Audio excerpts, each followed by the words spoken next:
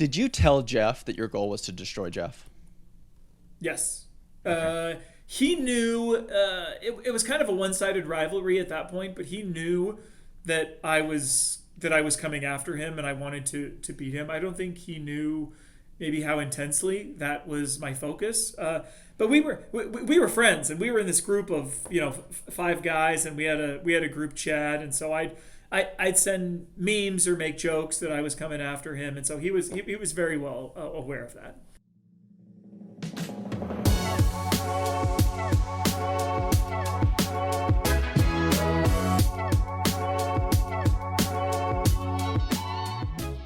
Welcome back for episode 4 of the Racing Time Podcast. I'm Nathan, your host, and today I'm sharing my interview with Nathan Tanner. Nathan is a husband, father, author, executive coach, and multiple-time qualifier for the Ironman 70.3 World Championships. Nathan and I discuss how he turned a friendly rivalry and a perceived slight into the motivation he needed to take the next step forward in his overall fitness journey and racing performance. More specifically, we outlined the 10 measures he took over the course of an entire year and how each step along the way helped him in his quest to ultimately answer the question that most athletes seek to answer, which is, how good can I become? I hope you take away as much from this conversation as I did. All right, Nathan Tanner, welcome to the Racing Time Podcast. Good to be here. Thanks for having me. Super glad to have you on. So I'm really excited to jump into a number of topics with you, particularly around there's this really fun narrative that you've posted on Substack. I'll link those articles if you're okay with that in the show notes. But yeah, I wanted to just jump right into the fact that you're a triathlon guy. I'm a triathlon guy. We're both Nathans. And so Yes. I'm a couple years behind you both in age and also in time, my goal time. So you're kind of my inspiration at this point of what's possible in the sport of triathlon. Oh, I appreciate that. It's been a very slow and steady progress from the first race I did, but we've been able to gradually get a little bit faster. Yeah, well, I'm excited to dive into that a little bit with you because, again, I think that there's some compelling stories that we've been able to share offline and I've been able to read into on your Substack.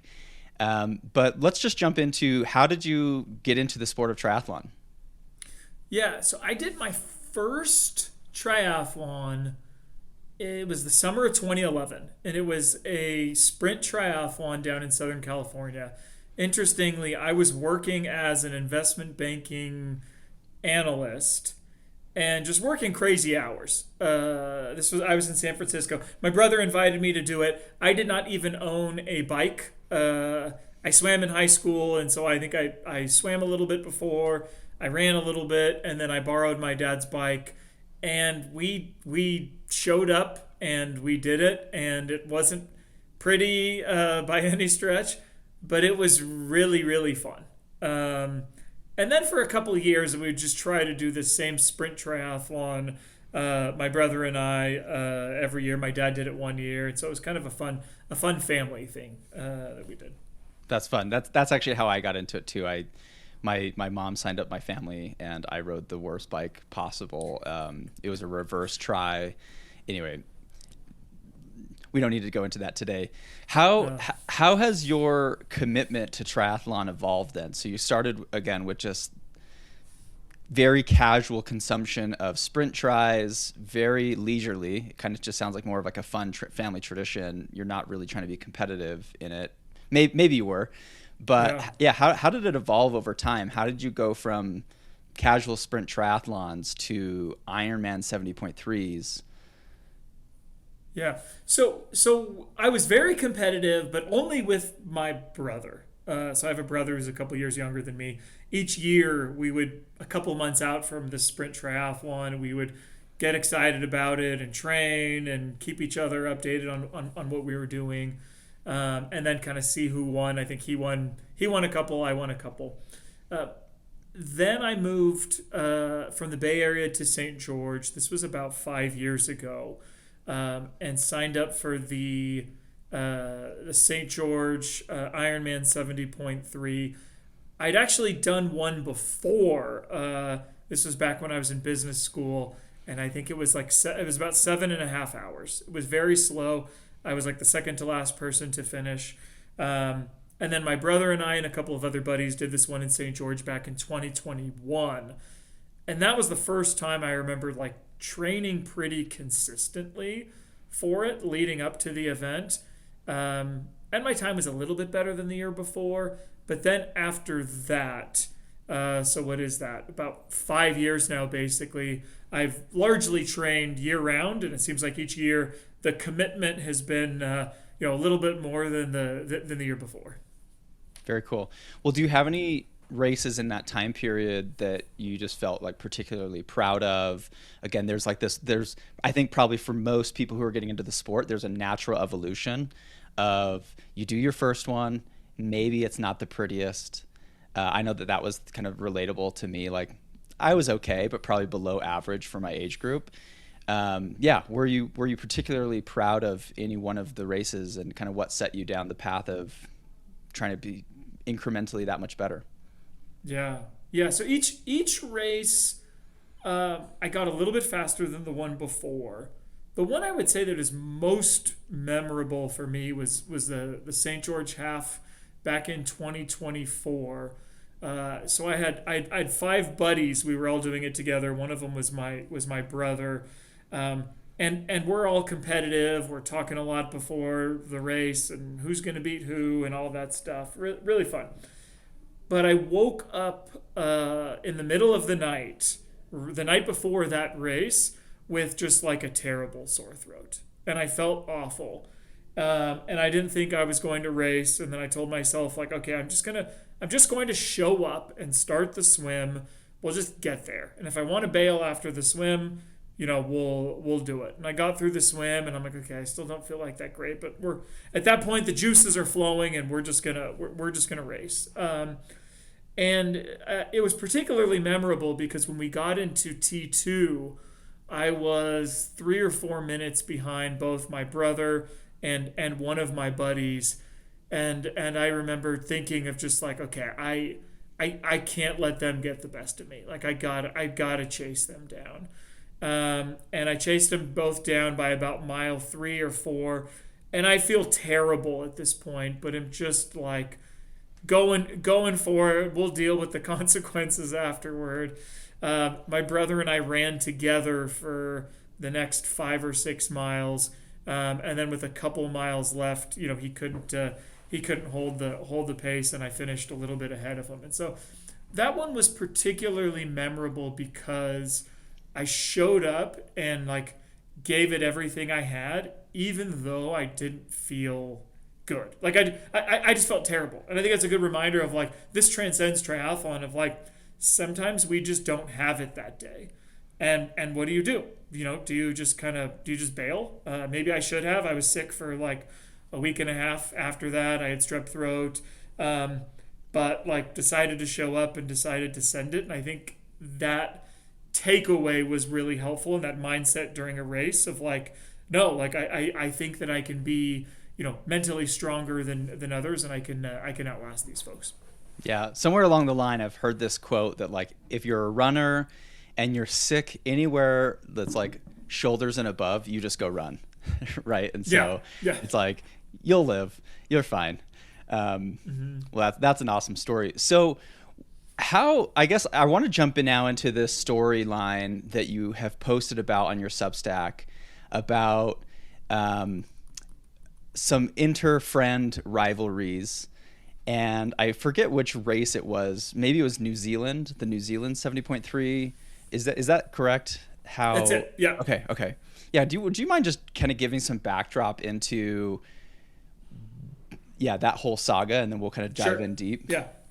Yeah. So what was really cool is in that 2024 race that I had, there were 5 of us that were going, and I had one of the friends I did not beat that day and had not beaten before, was named Jeff. And Jeff and I both qualified for the World Championships that were held in New Zealand in December of 2024.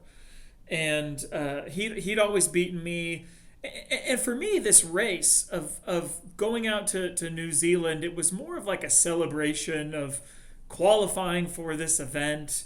I rented a bike from a local. It was like a tri bike that looked like it had been built 30 years before. My wife and I went out there. It was more of like a vacation and a fun celebration.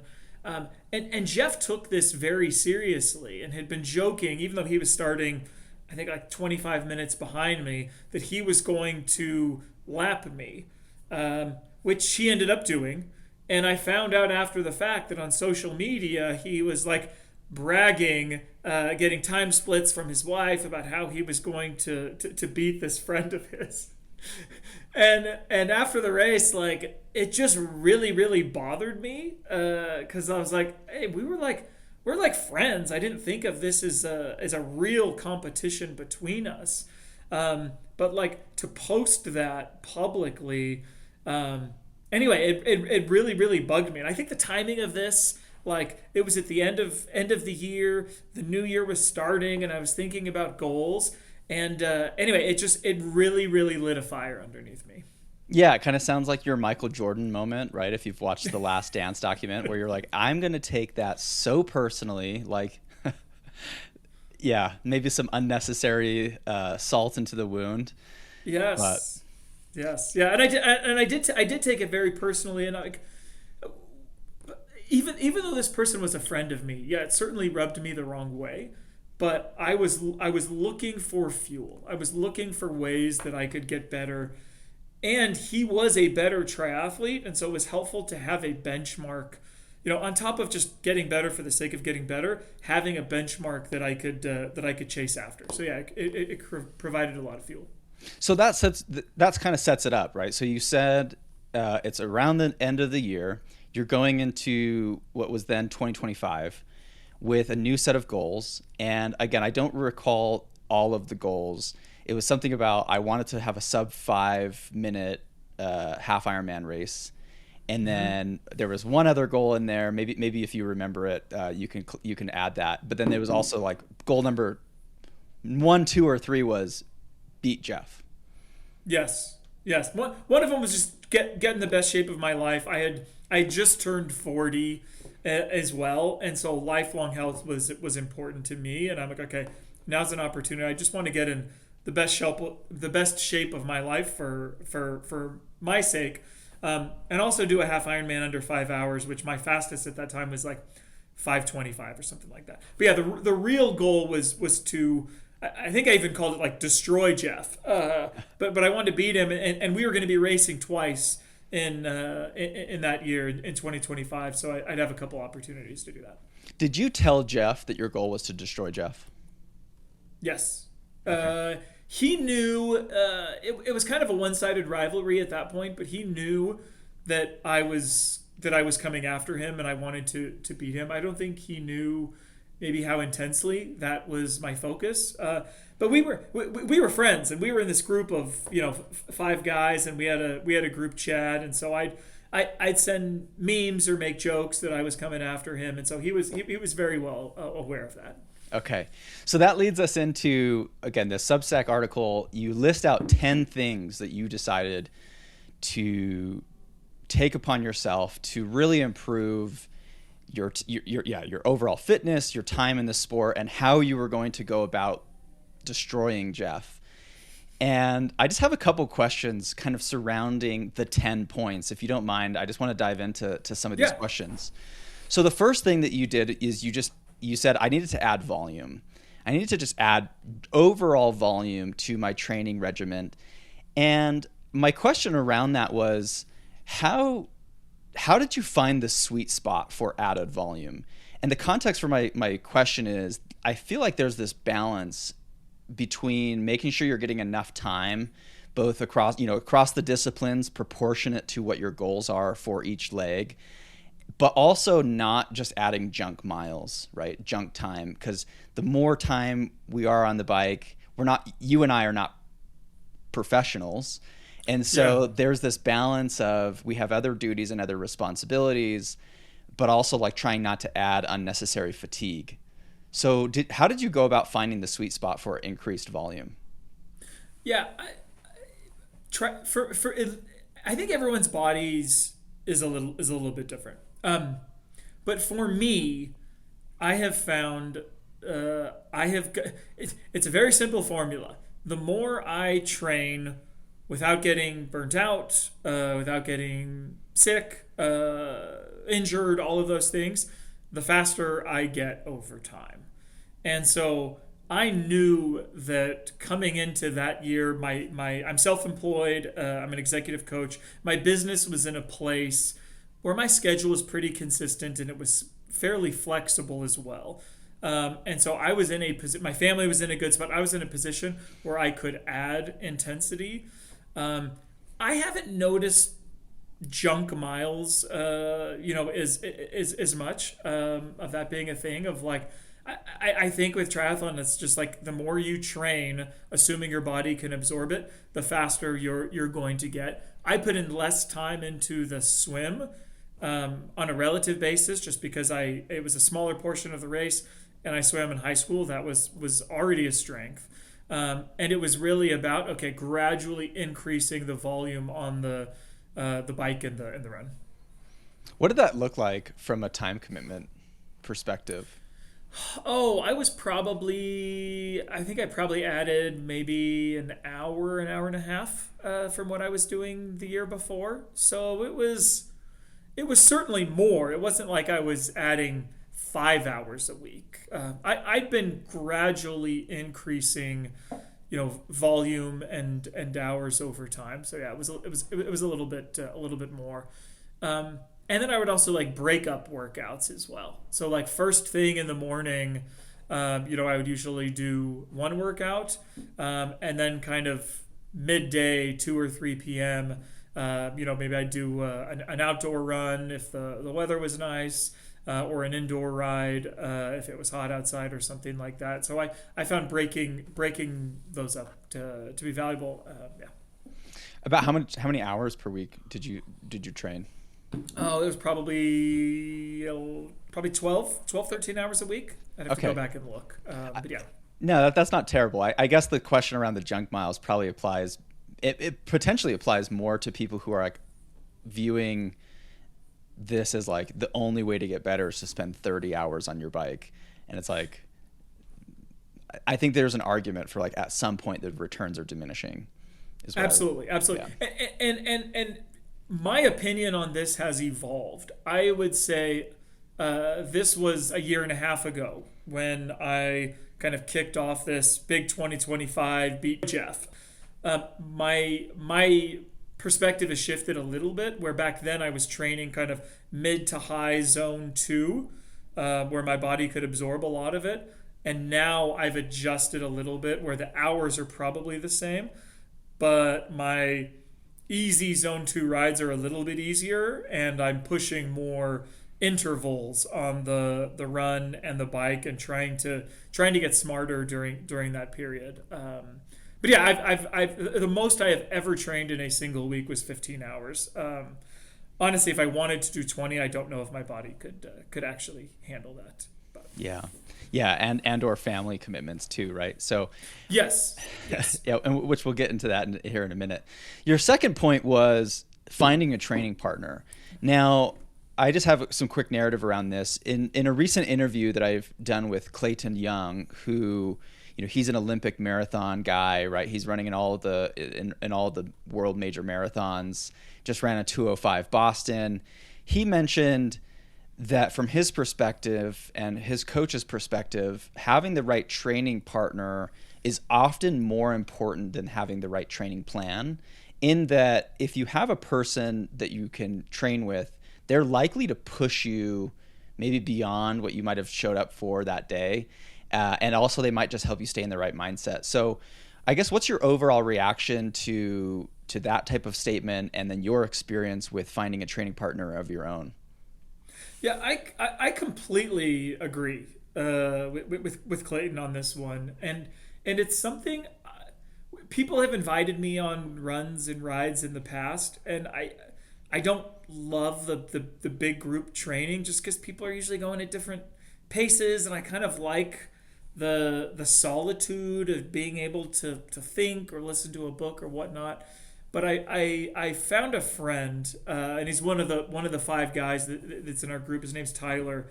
He lives here in St. George, and he is significantly faster than me at triathlon. I'm a better swimmer. He's a much better biker, and he's a much better runner. And I think training with him was helpful because in my mind, I only see what I do, and seeing him and his approach and how he thought about training, it just raised the bar for my own training. And how structured he was in his training and how disciplined he was. Like, I thought I was pretty structured. I thought I was pretty disciplined. But being close to him and observing that up close, it really just changed my perspective on it. So yeah, he was training with a partner, specifically Tyler, was huge for me. Yeah, no, I relate to that a lot. I train a lot alone, just kind of my time of life. Most of my friends are still single.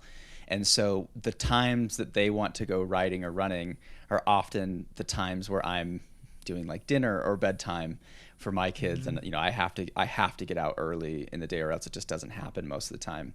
So the days that I do have a training partner are very welcomed because they give you that much more accountability for sure. Absolutely. So the third point, and you've kind of already alluded to this a little bit, was you wanted to start training smarter.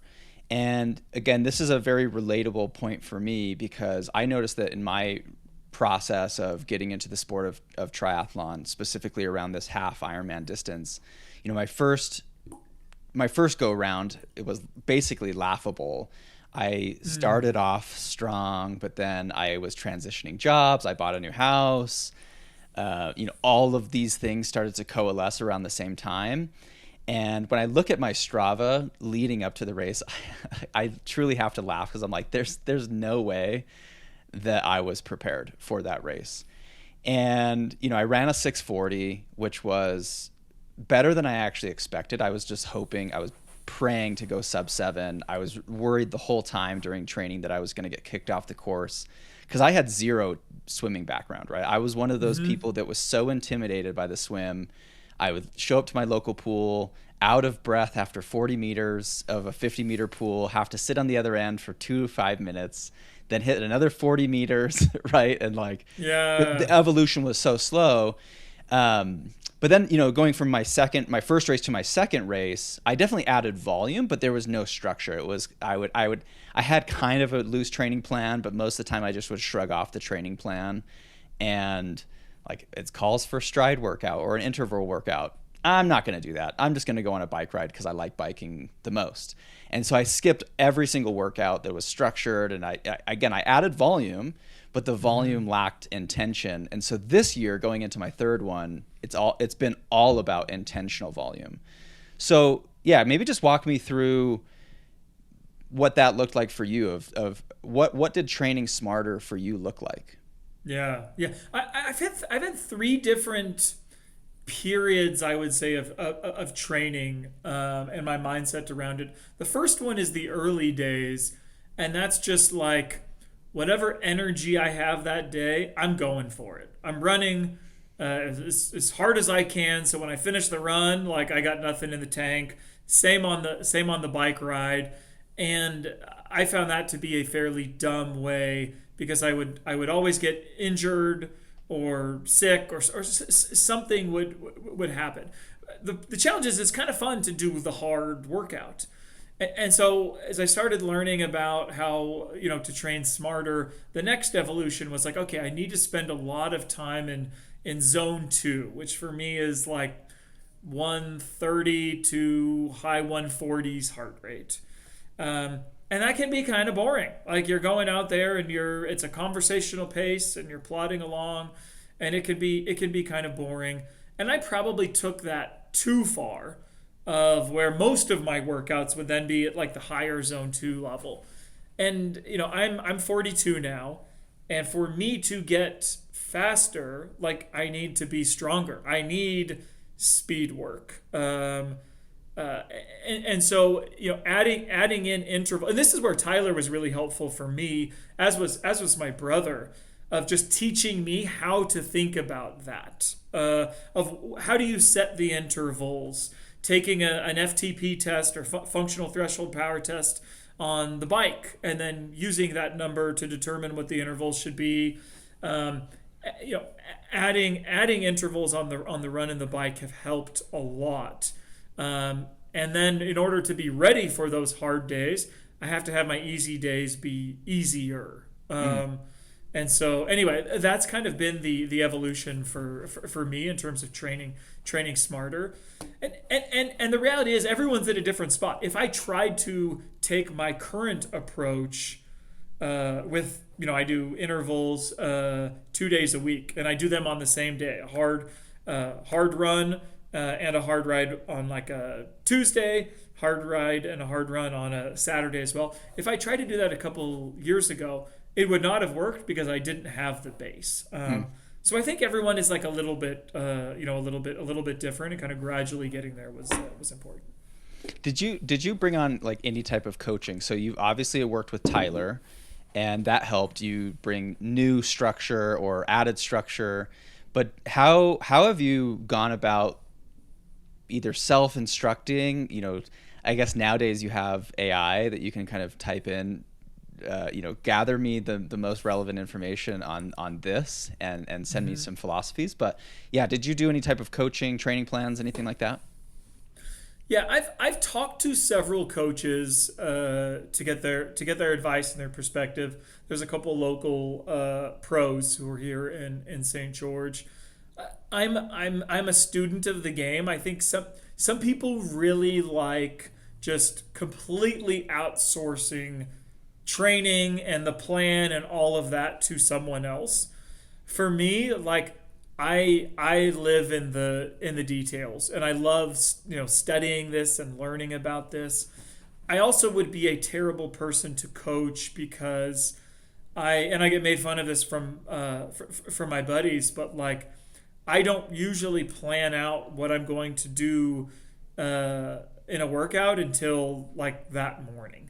And some of it depends on what my schedule looks like. Some of it depends on how I'm feeling that day. I use feel a lot more than I think other people do. I mean, generally, I usually get to the same outcome by the end of the week as other people. But I really value flexibility, and this is kind of stepping back into like a family and a work standpoint. Like triathlon is the third or maybe even fourth priority for me in terms of time. And so I look at, what are the family needs? Do we have sports going on, kid activity or something like that? I have all of the work responsibilities, meetings, things I need to get done. And then the training, fits in around that. And so anyway, that's where having a coach, I think, would be the principles of coaching are good, but having do this workout at this time, planned well in advance, for me, I don't know, I've always kind of thought that. Yeah, just a quick side note. So actually the person who I interviewed just before this is the founder of an app called Hybrid. I'm not sure if you've seen this out there on the App Store. Give it a check out. Well, I'll have to tell you a little bit more about it, but I've been trying it out because I'm kind of that same way right now where I have been largely just like self-coached, internet coached, found a whole bunch of coaches talking about it and then formed the philosophy from all the inputs. And it's been really a cool app, actually. Now I'm just basically giving them a plug. So we'll just run with it. But it's been really fun. It has like an AI component, so you can change the workout on the fly, which has been really cool. Yeah, that's awesome. Anyway, so the fourth point that you talked about was cutting junk food, and in your Substack article that I've referenced a couple times, you've actually said that this was the most important one, or one of the most important parts, which surprised me. So yeah, I guess my question is just how much junk food were you eating, and like, why was this so important to the process? I don't mean that as like teasing you too much, but it's a great question. I have a whiteboard in my home office. I'm not in my home office right now as we're recording this, but I remember she would have been 5 at the time. My 5-year-old wrote on the whiteboard my dad cannot live without chocolate chips. And I remember seeing that on the whiteboard, and I was just like, that's like kind of true, and it's kind of embarrassing. And so, I mean, it wasn't like I would wake up in the morning and eat tubs of ice cream or anything like that, but like decisions that I was making on a regular basis, especially at night before bed, cookies, ice cream, whatever it may be. I'd eat that, and then I'd probably stay up a little later than I should, and then I'd wake up feeling a little bit sluggish. I wouldn't have as much energy, and so I don't know. I might be down a pound or two from when I went off sweets, and I'm still like, I've largely cut out sweets from my diet. But when I say it was the most important thing, it's because it finally showed to my, like, it was really, really hard to do that. It was I've tried to cut out sweets lots of times, and being able to make that commitment and stick with it, it just showed myself that I was serious. Like, this was something that I was committed to. And I was going to get better. So it was more of like the commitment and overcoming this challenging thing that had kind of vexed me for a while than it was like, I don't know, eating a cookie every once in a while. Yeah, and I guess I should probably give that some context too. I definitely, when I first started triathlon, I was very overweight relative to like what was healthy for me. I was probably 30 pounds overweight, where everyone got healthy in COVID and into sourdough. I was like super stagnant, and I would say that I liked biking, but I hardly biked at all that summer. And I got up to a weight that was just not ideal for me, and Dr. Pepper was my treats, right? I was drinking way too much soda, and I had always said that I would stop drinking soda at any point, but then I just never would. And so for me, I had to drop drinking soda, and I basically made a rule for myself that I would only drink a Dr. Pepper if it was a nice sit down restaurant, and I could only do one. And honestly, I lost like 15 pounds just dropping soda alone. That's awesome. So I get the mental hurdle of it, is like, it's kind of like that one, you crack it open. It's that refreshing thing at the end of the day that, maybe it's like a little bit having those hard and fast rules. I think really matter. And like, here I am dedicating 11, 12 hours a week. I'm focused on all this training, and then at the end of the day, like, I'm doing something that is completely counter to that. And so I think what helped me to kind of overcome the cravings and eating sweets was like, I just had this very clear why, and I reminded myself of that why regularly. So that kind of leads us into the fifth point, which is just, it kind of dovetails, right? So cut sweets is 4, and then better fueling is 5. Talk to me about what you learned about fueling that you didn't know before. Yeah. This was actually a big one. From a performance standpoint, this might actually be more important than cutting out sweets and desserts. That might have been more important mentally. Of like, fueling workouts was a miss. I have been overweight at times, and it's like I'll do my run, and then like, once I get really hungry, then I will eat. Rather than thinking, oh, you know what, I actually need to eat in advance of the run or in advance of the ride so I have energy that can sustain me. There's actually a lot of data around, carb loading, and if you talk to pro triathletes or pro runners like Clayton, they'll have a certain amount of carbohydrates they're looking to consume during these long events, and trying to kind of get down as much as they can with having stomach issues. And so that was a reframe for me of like, okay, I may consume the same amount of calories or carbs. I'm just going to do it before the workout or during the workout, rather than running out of energy mid-workout or waiting till the end of the workout when I'm super hungry and now I'm more inclined to eat bad food. So that was like a big piece. And then I also had a protein goal of like eating 150 grams of protein every day. And then I would put together, a bag of veggies and eat that. It was really like, how do I get enough high quality food in my diet so that there's less room for the low quality stuff. Yeah, no, it's funny that you talk about a little bit, trying to find the right food, pre and post race, or not race, but training. Because in some ways, I don't know if it's just like the superstition around sports, but I'm always just trying to figure out like what meal makes me feel good. Like that is, again, it's not like full superstition that like this meal is the magic meal, but there's like an element of that of like, should I eat a bagel or should I eat a muffin?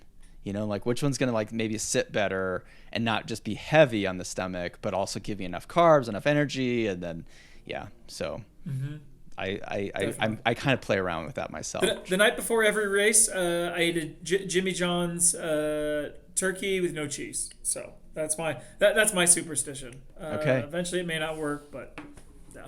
Yeah. Heard it here first. Okay. So the number 6 on the list was that you bought a new bike. And I'm just curious to know what you were riding before and what you bought.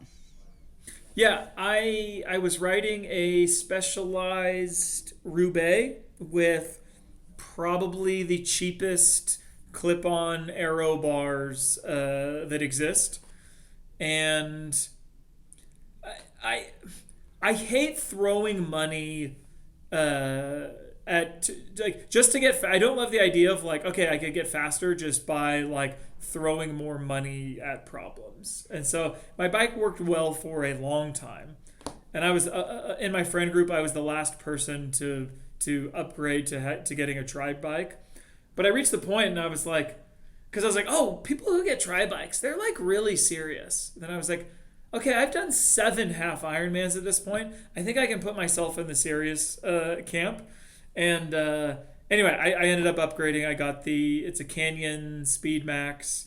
I think any tri bike would have been noticeably better than what I was doing before. So that was a big upgrade for me. Yeah, it's one of those things where it's kind of one of the premises of the show, right? For an everyday person, especially someone who's a beginner, when you show up to a race and you're doing the calculus of like how much the parking lot is worth, and you're like, gosh, like that guy, that man or woman is like riding a $12,000 bike. I mean, there's quite a spectrum. I've seen someone riding a beach cruiser with a basket, and then I saw, and then there's like the super bikes. And I am definitely, aspirationally fully subscribed to the N+1 concept of there's never a number that is a sufficient number of bikes to have in the garage. Mm-hmm. I have a dream bike of my own right now. It's not a full tri bike per se, but it's a dream bike, and I still would love to buy another bike. My wife is like, you don't need another bike. And so again, I was just kind of curious because when it comes to gains, as far as like dollar per watt gained, a bike for the everyday person is probably one of the least efficient ways to gain speed. And maybe what I should say is there are far more economical ways to gain speed before buying a new bike, because it's never the silver bullet that you wish it would be. Mostly because it just takes time on the bike to get those gains and see those gains materialize. So yeah, I just was kind of curious to know what was there any adaptation process to going from just a traditional road bike with aero bars to a more aggressive geometry and things like that? Yeah, what I did as a part of getting the tri bike is I would do all indoor rides before with a Peloton, and then I would just ride the road bike with aero bars every time I did an outside ride. And there is a very big difference between riding like an upright Peloton than there is riding a tri bike. And so moving to the tri bike, I mean, it's just a much more aggressive position. I think I bought it in October. I did the New Zealand race in December. I decided not to bring my bike. I didn't race with it until, it was April or May. And so I got a professional bike fit, which helped. And then I did all of I got rid of the Peloton, and I did all of my indoor ride. I put the bike on the trainer. So I was riding the same bike indoors, outdoors, races, everything. So my body was adapting to that position. And I think that's really important. I think that's probably a bigger miss than how expensive is the bike, of like, oh, you train on the stationary bike, which is a very different position than the race bike, and like you're just gonna, the muscles are not used the same way. 100%. Yeah, 100%. So number 7 on your list was you added creatine. Anything to add around adding creatine to your mix? I'd heard that it was beneficial. I was self-conscious of maybe adding a little bit of weight, but once again, I was like, if I'm all in on beating Jeff, I need to take advantage of every little thing that I can. I feel like it has been it's been helpful, especially now that I'm in my 40s. Yeah, no, I take creatine every day. I have seen mental and physical benefits from it. So I just need to get a creatine sponsor at this point, so we could talk about a sponsor and make a shameless plug. Number 8 was really fascinating to me. You talk about character creation and this character that you created for yourself called Killer Nate. And so I want to just have you introduce us to Killer Nate. Who is this guy? What does he look like? And what's your process of making the mental switch to get into character? Yeah. So I wrote about this in my book, The Unconquerable Leader, and it's a tool that I use with the leaders that I coach. Of character creation is this framework where you identify a version of yourself that each moment requires. And so you're creating these like distinct characters or roles in your life. Kobe Bryant did this with the Black Mamba, and so I kind of tried to pull from that, because like I like to think of myself as a nice guy, a family man, but like when I am competing, I want to deliver my absolute best, and I want to beat the competition. And so this name, it sounds a little bit silly, but it was one of my triathlon buddies came up with it.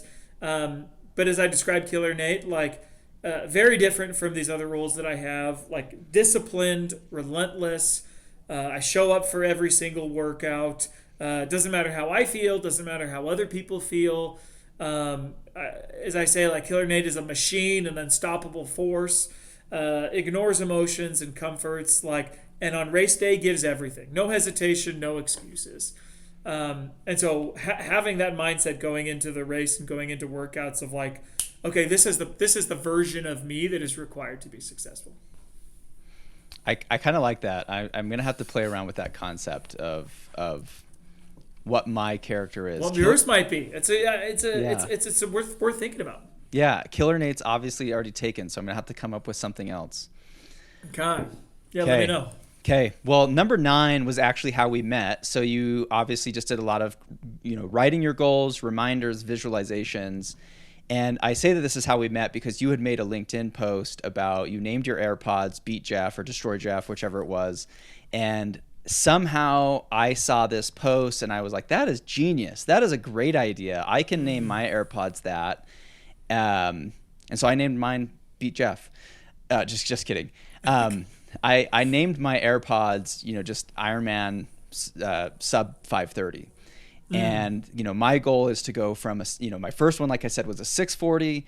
I finished my second one in 550. And then I wanted to try to make another meaningful jump and go sub 530. And so everything that I do, I have the AirPods named that, but I also took it one step further and I name every single Strava workout this year after that prefix. So, Ironman sub 530, and then I have a suffix goal as well. So if it's a run, I name it, run leg 145. That's my target pace. If it's a bike, it's bike leg 245, and then the swim is a 35-minute swim. And it's been really impactful to me because it helps me frame every single exercise with a primary goal in mind, right? I'm not just showing up to swim. I'm showing up to swim easy, right? Or do like, some type of workout, but it kind of helps Yeah. me keep this in mind of this is what it's for, stay motivated. So first of all, just thank you for that motivation. It has helped me drastically this year, just improve the intention around my workouts, not just the intensity of them, but really having just a purpose behind each workout. Curious to know how having your goals kind of posted, maybe throughout your house on your AirPods, how did that help you stay focused? Yeah. Yeah, in the past I've put time goals on sticky notes. So my home office also is where my bike is, and so anyway, I've had sticky notes up in the past with times on them. The AirPods has been my favorite one because you just see it every time you put the headphones on for a workout or listening to music or whatever it is. You just see it. It pops up in the forefront of your mind, and so it's just looking for subtle reminders or very direct reminders of what the goal is and what's important. I've also tried to do visualization before of like thinking ahead. What is it going to feel like? Because the reality is when training, like I'm not pro, you're not pro. Like there's sometimes I it's time for a training session and like I'm really tired. It's been a long day at work or one of the kids was not sleeping well or something like that, and like I might be lagging in motivation or energy, and so having something that kind of draws me to that goal I found to be really really helpful, and I've used it for a bunch of them. Like my AirPods right now are not Beat Jeff. I have a new name for him, but anyway, I found it to be really valuable. One of the questions that I have for you as an executive coach, but also someone who has set these goals, and that I'm trying to wrap my mind around is, do you think that there's any wisdom in not having a time goal, or maybe just making sure that your time goal is oriented and framed properly? Because and the background for this is we can't control what happens on race day exactly, right? You might wake up with strep throat and either DNF or it's going to impact your performance, right? I remember getting close to the finish part of the bike leg on my second one. We're literally a mile away from transition, and a guy had a double puncture, and I just am like, 55 miles, and that's where you get a double puncture. And that's got to be so frustrating, right? So there's little things that can happen in the race that you don't ultimately control. And so having a goal that's so outcome focused, I'm wondering how other people think about this, because I'm just trying to get to the bottom of it myself and try to find comfort in a goal that's motivating, but also doesn't set me up for bad expectations. Yeah, it's a tricky one. And the reality is, yeah, you can't know what race conditions are going to be like. And I try to take that into account when setting goals of like, I can't, if I just have my goal be a lower time every event, then I'm heavily incentivized to just find races that are flatter or have a downriver swim or something along those lines. And so I identify usually the race that I'm going to do, and then given ideal conditions, what seems within reach, and then just living with the outcome. Like Boise last year, I had a goal to swim under 30 minutes, which I'd never done before. I came close at a prior race. And I got out of the water and it was like 34 minutes or something like that. It was the slowest swim that I have had in a half Ironman. And I'm like, oh, that is like terrible. And I tried to ignore it, not let it like interrupt the rest of the race.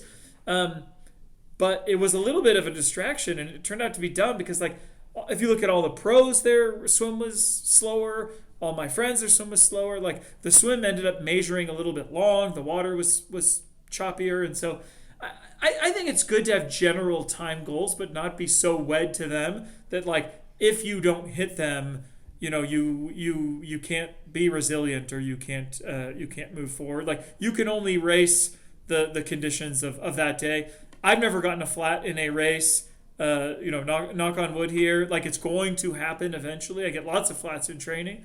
And so that's going to happen, and it's going to be disappointing, and you just kind of move forward. So your last point was number 10 on this list of 10 things was the accumulation of marginal gains, right? And it was kind of this collection of getting a more aerodynamic helmet, some calf compression, other things. My last question kind of on this list, and then we'll move on, is which of these marginal gains did you find most meaningful? Which one was most meaningful? Honestly, this is kind of embarrassing. Bike technique was the biggest one. I really struggled with hills. Going down, not climbing, but going down hills. And I had a friend who, spent some time with me on this and was like, oh, you have to put all of your weight towards the front. Because in one race I had speed wobbles. I don't know if that's happened to you before, but the bike is swaying back and forth as you're going downhill. And I almost crashed at 35 miles an hour. And it's one of the more frightening things that has happened before. And so I would be going down hills at a much slower pace than I probably should be. So anyway, learning bike technique, which is embarrassing. My friend Tyler, who didn't teach me that, and I joked hey, how come you never taught me this? He's like, oh, sorry, I assumed you knew how to learn a bike at age 12. Anyway, so that was a big one. The other things kind of all added up a little bit, just a little bit here and there, and it all helps.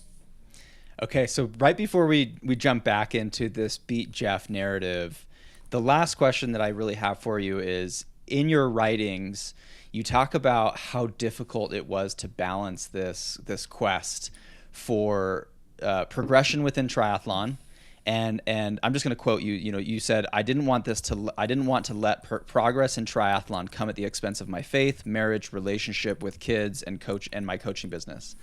So how do you balance the training with the other demands of life? And my second part of that question is, training for triathlons takes a significant amount of time, right? It's 10, 12 hours a week. Why do triathlon personally over other activities? Yeah. I'll tackle the first one.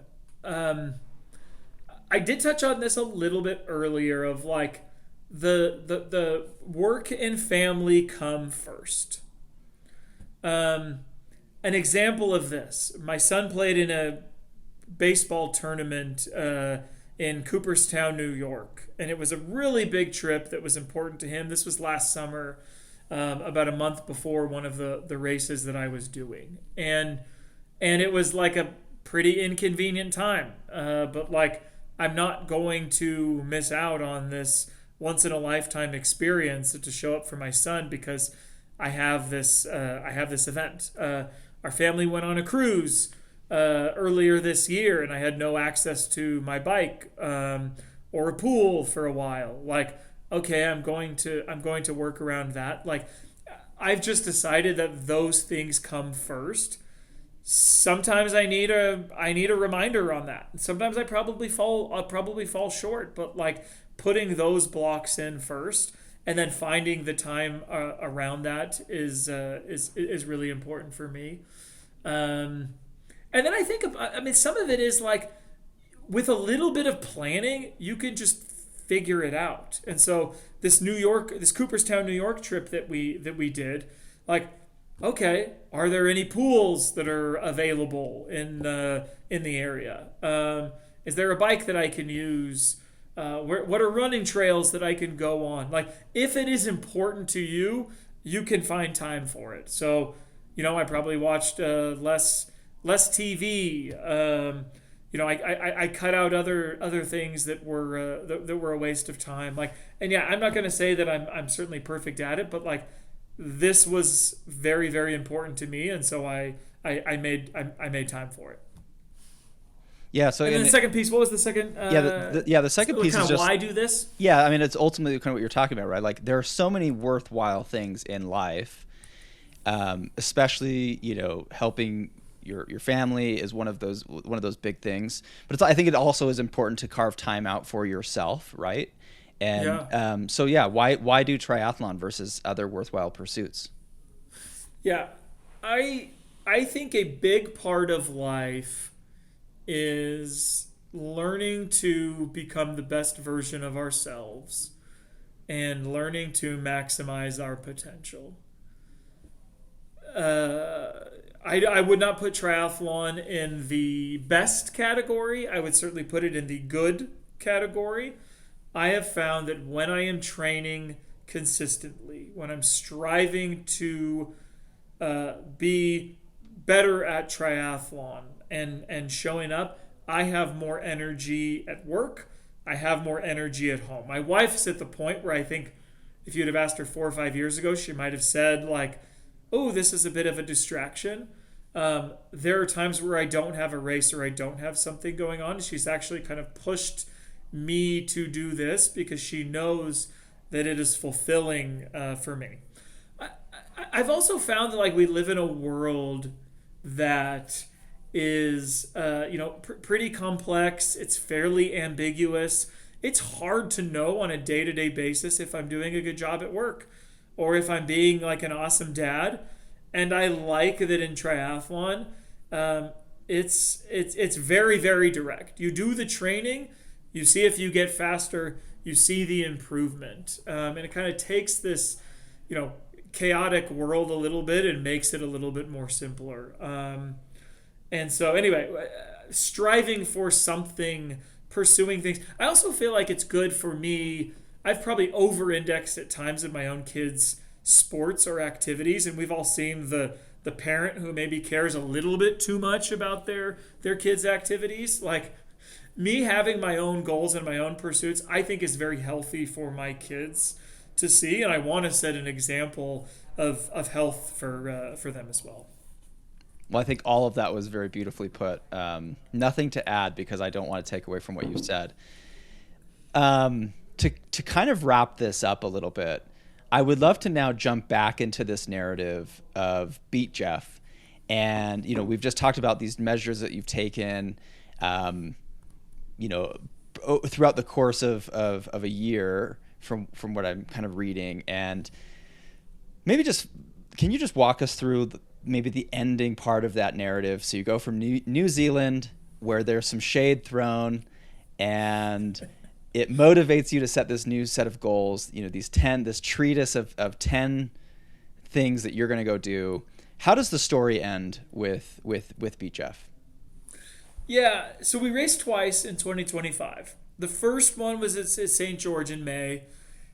And unfortunately, this was really disappointing. He got a flat tire early on in the race. And I had a good race. If I do the math, I can tell myself I would have beat him anyway. It's pretty tough to come back from a flat tire. He got it patched. He estimated, how much time it would have been. So I think I beat him anyway, but it's not satisfying to beat someone when they have a difficult day and they get a flat tire. He did a lot of talking after that, saying, "Hey, this won't happen again." So I had more fuel for the next one.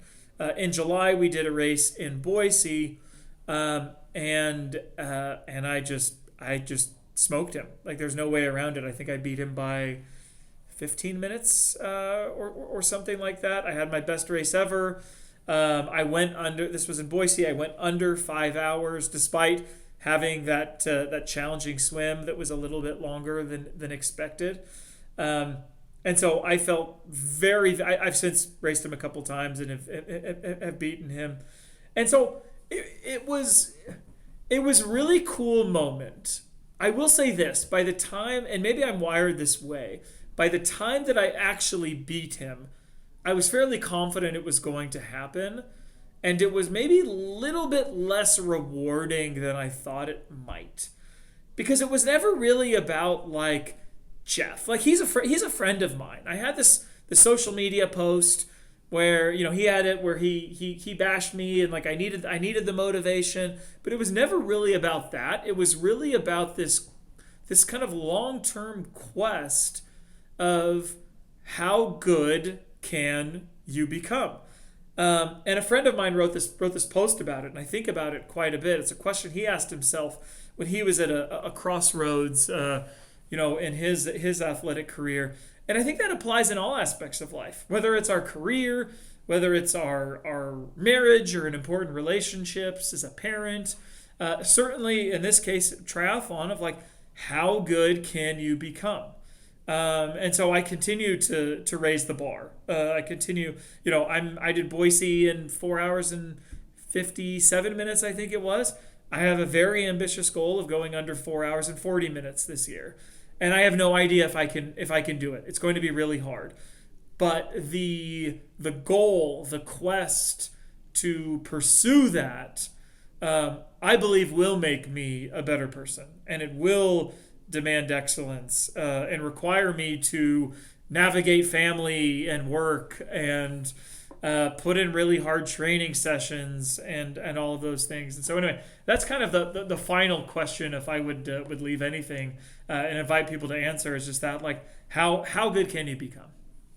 I love that. So for you, I guess you've already addressed that. Like, how good can you become is, do you think that, maybe I'll just throw it back to you. Like, how good do you think you can become relative to probably triathlon? I'll let your more personal goals remain personal, but how good do you think you can become in triathlon? Yeah, I think some of it depends on, like the race. And so I hate to throw like a time goal out there, but I've been doing triathlon consistently for about 5 years now. And I started when I was 37, I'm 42 now, and I'm still getting faster. And so the short answer is I don't know, but like I see guys at the pool and some of them are in their 60s and they're really good triathletes. And like I would love for that to be me, like to be the guy in his 50s and 60s who maybe I'm not as fast at that point, but like from a performance standpoint relative to peers, I'm placing really high because I've outlasted the competition. I've taken care of my body. I've taken care of my health, and there's a longevity aspect to it. So I don't know what the answer to that question is, but it's a question I love, and we'll continue to try to answer. Yeah, again, I love that. I'm currently working on my quest of sub 5:30. Ambitiously, I do have that 4 hour and 30 mark of, okay, this is truly elite. I mean, I would say that's an elite time. Yeah. And we'll have to compare notes again because I'm a couple years behind you. I'm only on my third race. You've done something like 10 halves, if I remember correctly, maybe a couple of fulls, So I guess my last question is, what advice would you give to the everyday athlete looking to improve? Or, in other terms, what advice would you give me, someone who's kind of earlier on? This is an opportunity for you to look back and say, 5 years in, you've had this treatise of 10 things that you're going to do to improve. Do those 10 measures apply to every athlete the same way, or was that relative to that time and place? And how does that evolution take place? Yeah, the first question I would ask everybody to answer is, what is your goal? What do you want to accomplish?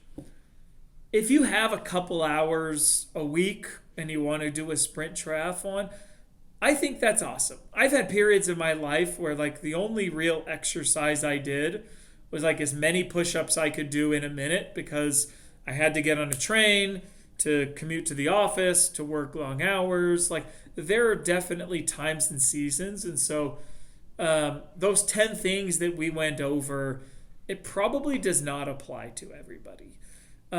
I would just find something that works for you and that you find motivating.